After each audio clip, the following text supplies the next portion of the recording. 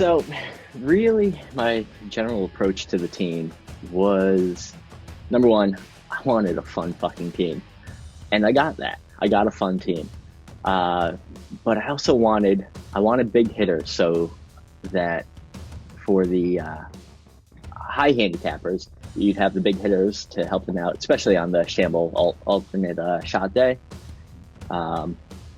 Well, that's mostly for me because I can't hit off the tee for shit. But and then really my last approach towards the team was I could not get stuck with both Danny and Glenn. And it worked out. So, yeah.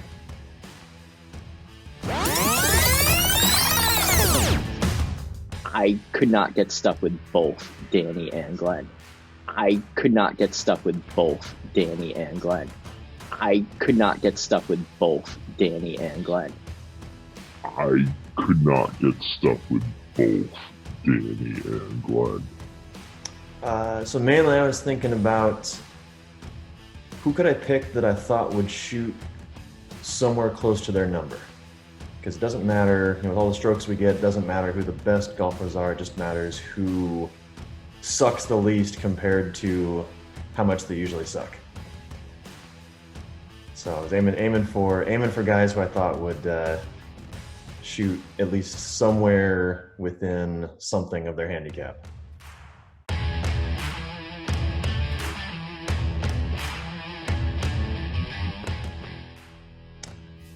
For the first half of the draft, I used it quite a bit, especially the stuff we had from last year, all the scores we had from last year. I actually put on the spreadsheet from last year everybody's scores and how they compare to their handicap, and so I was using that pretty heavily for kind of the first half of the draft. And then once we got into the half of the draft where everybody sucked equally, then it was kind of gut. All right, yeah. No, the historical performance data, honestly, I really didn't use it too much, except for Kyle. But I probably could have figured that even without the data, because over the last 2 years, he's been fucking crushing it on the course. Especially 2 years ago. He really fucked us. He really fucked us. Yeah, I thought I had a pretty good idea of what Goldberg would do if I went first. So I had a pretty good idea what I was going to get coming back at the fourth and fifth pick. And the other reason was I was, just counted down to the end. And if I went first, it meant I didn't have to go last.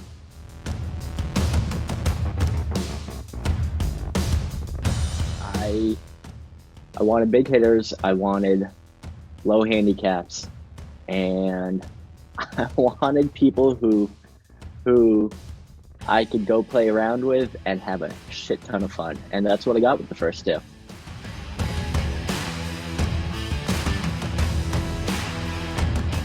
So it was really all about my overall strategy. So Block will sit there the whole week and tell everybody how shitty of a golfer he is and how bad he's playing, and then you get to the end of the round at Tullamore and you add everything up, and the guy's like 2 over par net for the entire week.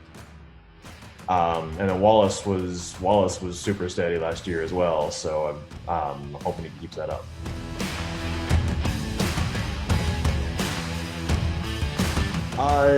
That was a tough one. That was a tough one. I was hoping Kyle might get back around, but I knew I wanted to go Block and Wallace with my first two, just because of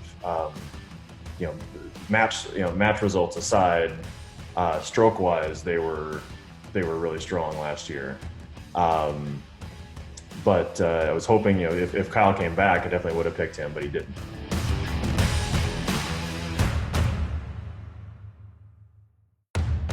It definitely threw me off, and it kind of changed my whole game plan moving forward. But I'm happy with where it took me, honestly.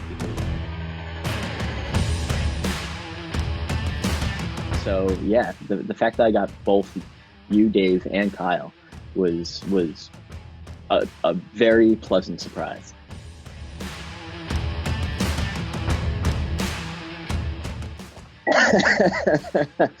A panic pick. I wouldn't say panic pick. I would say shit, what do I do now? Okay, let's go with Mike.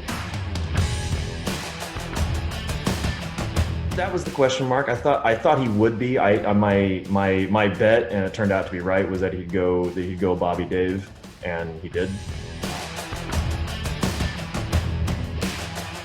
I didn't think I would get both of them. I thought I was if they were both available, I probably would have picked them both. But I figured probably one or the other would be gone. And I was going to pick the other one, whichever one was left. That was going to be my next pick. Well, Dom's usually pretty good as long as he stays out of the trees. Dom was pretty good last year overall, and although compared to the other guys, really that one I gambled. I was debating between Dom and Bossing, and I was thinking, well, maybe Goldberg will let Brian go, and I'll get him back on the other side. So I took a shot, hoping I get both. Because I knew if I didn't take Dom, that was going to be Mike's next pick, almost certainly. And so I figured I'd take a shot, hope I get both, and didn't work out. He fucked me. He Kevin'd me, honestly, when he took both Craig and Dom for himself.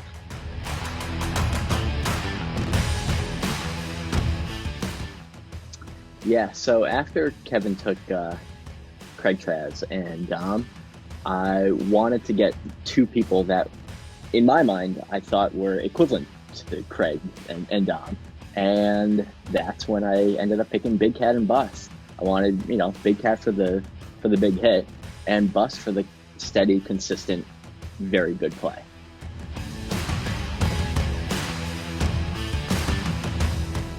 Not shocked. I wasn't shocked. I was, like I said, I was gambling. I was hoping it would slide another round, and it didn't. But I was mildly disappointed because that was the bet I was taking. But it was not a huge surprise. The numbers didn't really matter as much. It was more gut. So it was kind of more the team room pick. Had to get my boy Scrud on there, and then it was kind of a toss up between Brett and Cope and Bagnall, and decided to go with just Brett and Cope just to have a pairing. Well, I knew I wanted to keep two of the Crest Creek guys together just so they'd have a buddy, and then I just kind of flipped the coin more or less and went with Cope over Bagnall. I know I didn't say this before, but it seemed like I wanted the low handicappers and the high handicappers, and so that compare them up together and see what comes of it. So when I was able to get bags that far, that late, it was sure as fuck hope I got him at a good value. You know what? Joe, he's going to end up winning Rookie of the Year. He's going to be Rookie of the Year, and I would go as far to say that he's going to be top 3 candidate for MVP. I think he's going to shock everybody, and he's going to win a lot of points. I got the quarter I flipped around here somewhere. I don't know. That was figured I'd take one of them just to fuck with Bobby, so he couldn't get both of his buddies, and I just picked one. Gary. And he's not a Jew? Yeah. So honestly, when I took Clap, I couldn't get the song from Get Him to the Greek out of my head. Couldn't get it out. What is it? We've Got the Clap by Aldous Snow. Oh, God, that felt good. Yeah. Come on, boy. Cut that out. You're making me sick. Hey. So you're a hockey player, huh? Yeah? You gonna give that shit up? You gonna concentrate on golf? Who the hell is...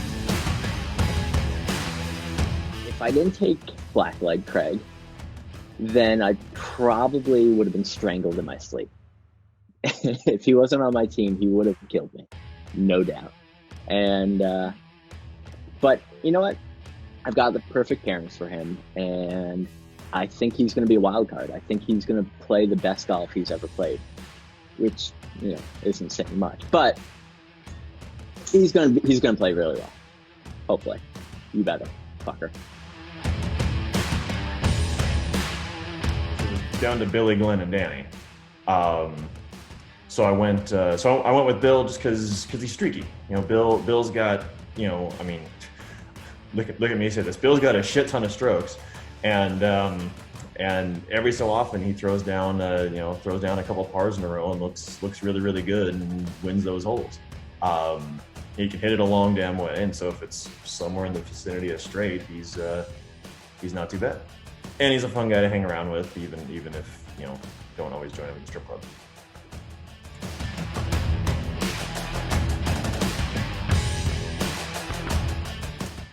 Because he's Glenn. Because Glenn's a ton of fun. And even though he's never won the Ryder Cup, at least he won a point at some point last year. Danny did not. Here's where I'm supposed to go all Belichick sports cliche. I feel Glenn's just going to be the man, and he's due. And Danny's a fine competitor, and I have a lot of respect for Danny. I love the man, but. I played with him last week. He shot one stroke better than me.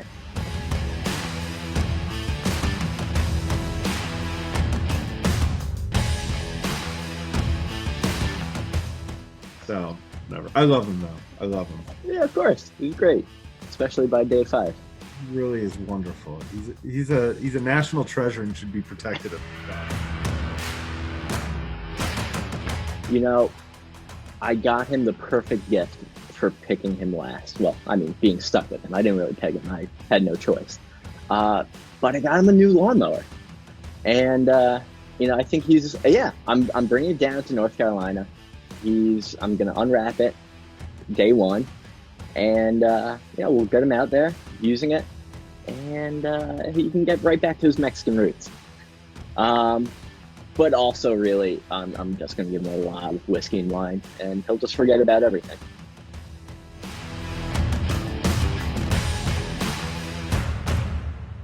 We'll have some good chemistry. We'll have some good players. I have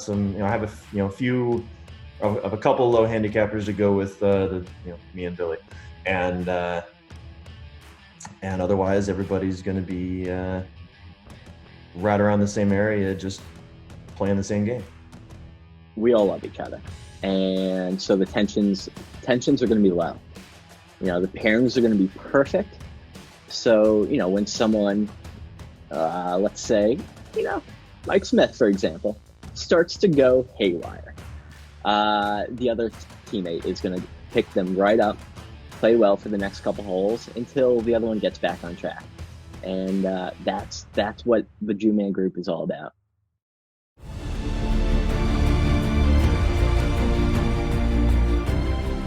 The alternate shot day is going to be real interesting. It could go real well for us or real poorly. Honestly, most of the draft I was thinking about Ryder Cup Day 2, the alt shot shamble.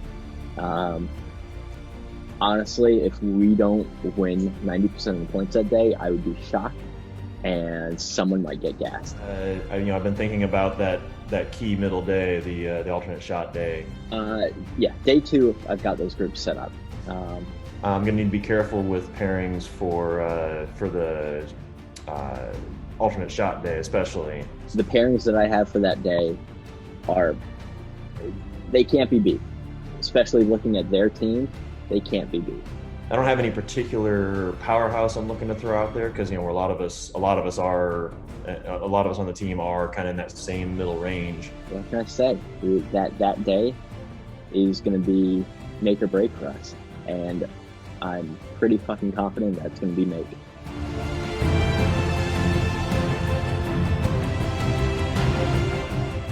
I think it's gonna be close. I mean, I'm confident, but can't be overly confident. It's gonna be real tight. Kevin has his algorithms and all that shit. I like my chances, but it could easily go either way. That cup is going to be filled with my Balvenie when we win it. and I'm gonna drink straight out of it. There's no fucking way Kevin's team is gonna beat me. I like my chances, but Yeah, no, fuck that. Two-man group is taking the cup. it's going to come down to the last, last 3 or 4 matches probably on singles day if nobody takes off with a big lead on the alternate shot day. Look at my team. We're gonna win. So.